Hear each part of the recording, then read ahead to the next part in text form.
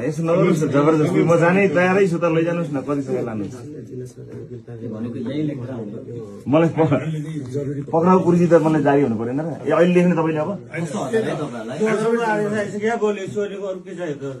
पक्राउ पुर्जी बनाउनुहोस् न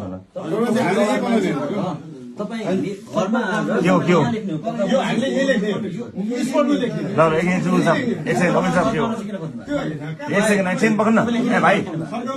ठिक छ त मलाई दिनुहोस् न त ल्याउनुहोस् कि ल्याउनुहोस् मैले सही गर्नु पऱ्यो नि मलाई दिनुहोस् न पक्राउ पुर्जी कस्तो अचम्म यार एउटा पक्राउ दिनुहोस् न पक्राउ पुर्जी लेख्नुहोस् दिनुहोस् न भइगयो त ल दिनुहोस् वकिल साहब भोलि कानुनको विपरीत गरेपछि तपाईँ ठोक्नु होला नि त हाम्रो मुद्दा हाल्नु यस्तो भन्ने हुन्न नि म त गइसक्छु नि पहिला तपाईँ भन्ने अनि पत्र दिने मलाई सुन्नुहोस् न सुन्नुहोस् मलाई सुन्ने अनि सम्मान गर्छौँ पत्र दिनुहोस् न पत्र दिनु न पत्र ए पत्र दिनु न मलाई ए ल भाइ पत्र दिनुहोस् भइ त गयो त अलि गर्नै परेन त